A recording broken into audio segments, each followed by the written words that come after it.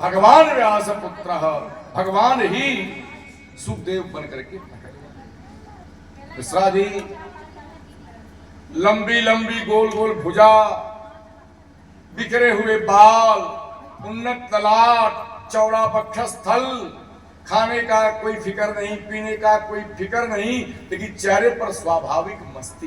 क्या चीज? हम लोग बनावटी मस्ती करते हैं ना, कुछ पाउडर, कुछ क्रीम, कुछ तेल, कुछ सेंट छिड़क करके बनावटी मस्ती लाने का प्रयास करते हैं, लेकिन स्वाभाविक मस्ती। क्या चीज? नेचुरल, प्राकृतिक।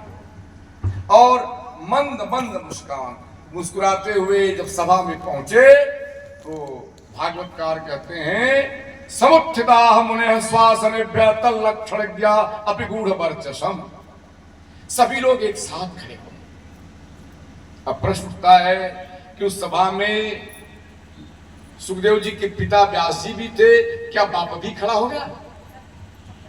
तो सूत जी कह रहे हैं हाँ हाँ, व्यास नहीं, व्यास के बाप पराशर भी खड़े हो गए। बोलो सच्चिदानंद भगवान की। और व्यास के बाप नहीं, व्यास के गुरु नारद भी खड़े हो गए। बोलो सच्चिदानंद भगवान की। वो तम दष्ट वर्षम सुकुमार पाद करोड़ बाहवंश कपोल गात्रम। तम दष्ट वर्षम, 16 वर्ष की अवस्था थी। क्या थी? क्या थी?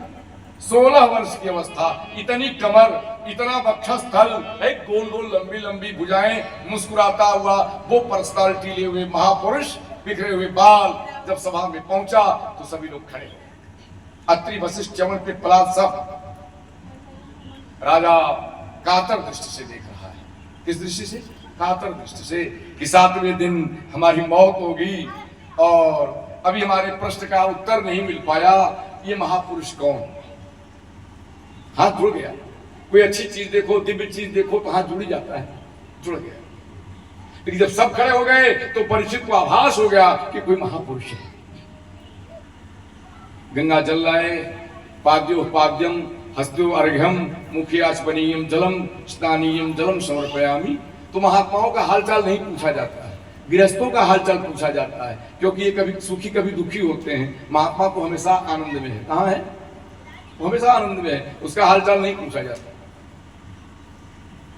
परीक्षित ने सवाल कर दिया कि महाराज,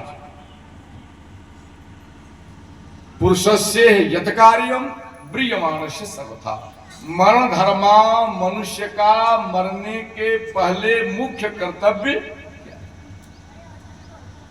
सुखदेव जी ने अपनी लंबी लंबी भुजाओं को आकाश में हिलाते हुए कहा कि सभी लोग अपना स्थान ग्रहण करो। लंबी भुजा थी ना, आजान बाहु थे। सभी लोग जब बैठ गए तब सुखदेव जी बैठ गए। अब यहीं से दूसरा स्कंद शुरू होता है। डब्बू जी, भारतवर्ष की पहली ऐतिहासिक कथा सुखताल में हुई है। चाहे छोटा व्यास हो चाहे बड़ा व्यास, मिश्रा जी वो भगवान की स्तुति करके तब कथा कहता है। ये पहले व्यास हैं सुखदेव जी, क्योंकि रोगी आईसीयू में जाने योग्य है। कहां जाने योग्य? जब आईसीयू का रोगी पहुंचता है तो अच्छा डॉक्टर पहले पैसा नहीं लेता है, पहले ट्रीटमेंट शुरू करता है, तो दवा लिखता रहता है, अपने हॉस्पिटल में दवा देता है। सुखदेव जी ने सोचा अब इसका हार्ट भी फेल हो सकता है। कहा बैठो। अब यहीं से भागवत शुरू। द्वितीय स्कंद। द्वितीय स्कंद का नाम है साधना स्कंद।